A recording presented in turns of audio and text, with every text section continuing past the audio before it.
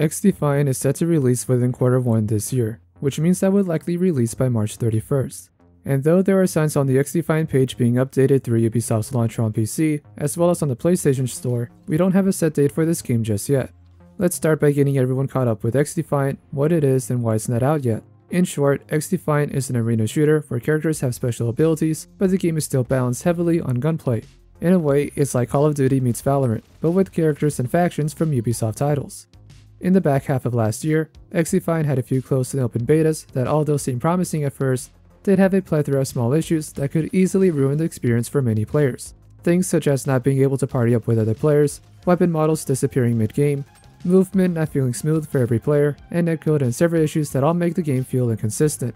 Executive producer Mark Rubin, who has been very transparent with the issues of xDefiant, gave us an update in November stating that they were changing their servers over to Linux to better help with server stability and make it easier to upscale and add more servers if needed. Then in December, he gave an update on these changes that most of them have been implemented, but still had a few bugs and issues to sort out. And that's where we stand right now.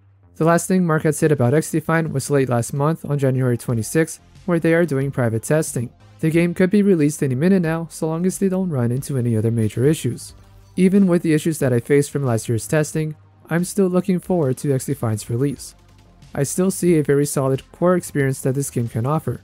It's not perfect, nor is it a wildly different experience from other similar titles, but it is balanced towards my liking, where character abilities are important, but so long as you can aim and have good gunplay skills and awareness, you can still be very effective. Unlike a game like Overwatch, where team play is far more important to make a difference.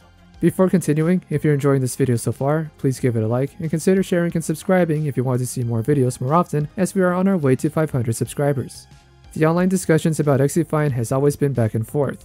Some people think that the game is a lost cause, while others are more optimistic about the game succeeding. I think it's important to describe what success would mean in this situation.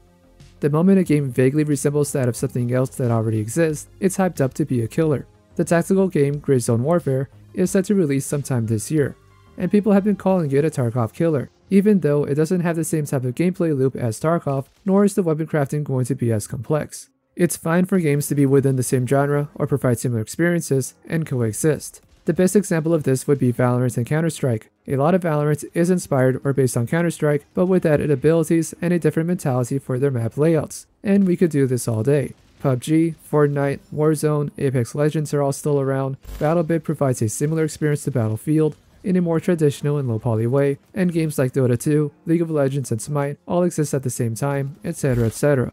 It's just not a good idea to think that the next new game will kill another game. More so in this case for xDefiant. As the game is free to play, it is only an arena shooter and not a battle royale or any variation of it, no zombies mode, and it won't even have a search and destroy type game mode on launch. So what are the selling points for the game?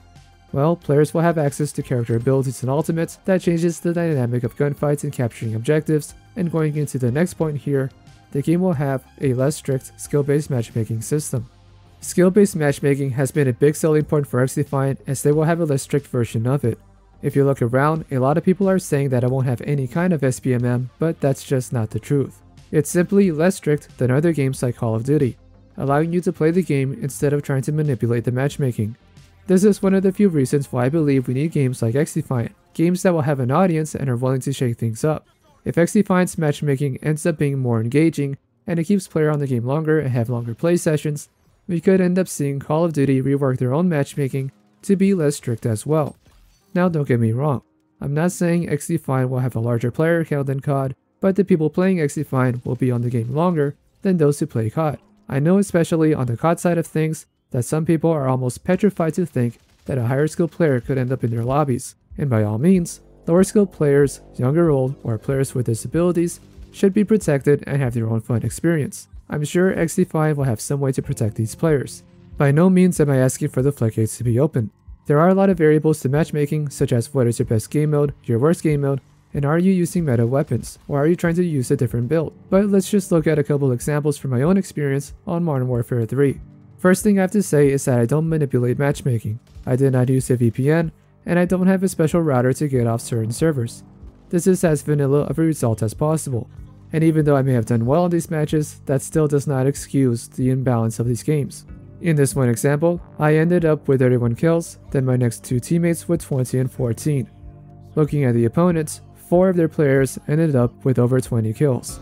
This is the current issue with SBMM in Call of Duty. It will put you in lobbies with equally skilled players, just that most of them will be on the other team, and you'll be lucky to have one other player on your side who is close to your skill. It's just not evenly distributed. And we have a similar result in the second example, where I got 66 kills, my next 2 teammates got 31 and 25, and on the opposing team, 3 of their players got over 40 kills, with their 4th player hitting 31 kills. With matchmaking being as strict as it is in Call of Duty, it's still giving us these kind of lopsided matches, forcing the better players in the lobby to carry their team, if they even can, just for the game to be close. Having less strict matchmaking could resolve with matches that feel more natural and had more variety to them. It's not to say that xDefiant's matchmaking will be perfect or that he will win every single match. There will be plenty of times where a team just can't win. But if you can still put up good numbers and do your part, there's not much you can be mad about. There will definitely be matches where one team is going to get blown out.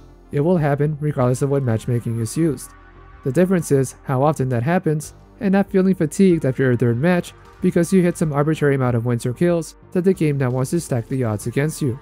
The clear answer to this is, SBMM will never be perfect. Be it less strict or more strict, it doesn't really matter. If the matchmaking can feel natural and prioritize the servers that are closer to your region, that's all we can hope for. But we'll never get rid of matches where one team gets blown out. The main goal is to limit those blowouts and have the game be fun regardless if you win or lose. Part of that is on the game, its gameplay and matchmaking, and the other part of that is on the player to simply enjoy the game and not play the game for an extended amount of time to the point where they get frustrated. And right now, Call of Duty hasn't been doing well in that department. Whether or not xDefiant will be the game we need to convince COD to change up their systems, that's yet to be determined. Even if their SBMM turns out to be great, we may still not see Call of Duty make any changes. Which honestly is even more reason why we need games like xDefiant, games that can provide us a similar experience, but actually listens to player feedback and does what it can to appeal to an audience that feels ignored. And so long as that audience is large enough and sticks around, then there's no reason for the game to shut down. There are, of course, other things that could kill xDefiant outside of SBMM. So even if the game does fail, it's not going to be just because of its matchmaking system. There's not much to talk about when it comes to content, provided they follow the roadmap they have planned. There will be plenty of content to keep players busy with the game. Even if the battle pass is short, I would consider it a good thing, as it doesn't pressure players to play the game every week to get all the rewards. Remember, I'm looking at xDefiant as another game to play, not a game to replace the ones I play already. The less grind I have to do, the better. I think it would be a good strategy to do this for the first couple of seasons. Even though it would mean more players would be done with their battle pass sooner, that's 2 seasons worth of content that most players can play around with. It lowers that barrier of entry and makes it feel less like the game wants you to play 5 hours a day. Whether it's a smaller battle pass or the leveling is just faster than it is in other games, the sooner the players can unlock all of that content the first couple of seasons, the better. By the 3rd or 4th season, the time between seasons could take longer, and or the battle pass may take longer to complete. But none of this really matters if they don't address this next problem. I already made a lengthy video talking about anti-cheat solutions and what I think most games should try and incorporate in order to better shovel out cheaters from their games, so I do recommend checking that out. xDefiant is going to be free to play, and I fully expect to run into cheaters daily in this game. I can only hope that their anti-cheat can keep up. Outside of their efforts, the only thing I'm going to ask directly is for xDefiant to have a replay system. This can really help put a lot of these accusations to rest and catch some people sooner rather than later. I'm not a fan of having to wait for cheaters to be caught by the anti-cheat system itself. I also don't like people going on year-long witch hunts trying to find any iota of evidence to accuse someone of cheating. A replay system might not be the end-all, but it's another tool we could have to better self-moderate each other, more so when it comes to tournaments where there is money on the line. And again, if xDefiant ends up being infested with cheaters, well, it would be great if another game came along that has COD-like gameplay, some twists to make it unique, and have better anti-cheat measures. In conclusion, there are plenty of games out there that have their own fanbase and are in no threat of shutting down. They're just not being talked about by the larger influencers or on social media. xDefiant does not need to be crazy innovative or have the best looking graphics in order to succeed. We've already seen some smaller games come out of nowhere and really take off. Helldivers 2, Remnant 2, Pal World, and plenty of other games that may not be AAA quality, but have some very solid gameplay. Time will tell just how fun xDefiant will be in the long run, and I'm more than willing to wait it out before writing this game off. Thank you for getting this far in the video. Don't forget to leave a like and consider subscribing for more videos like this and help me reach that 500 subscriber goal. What do you think about xDefiant? Are you willing to give it a shot, or do you think the game is dead in the water? Let me know, and let's talk about it in the comments below. Until then, I am Miss Rain, and I will see you next time.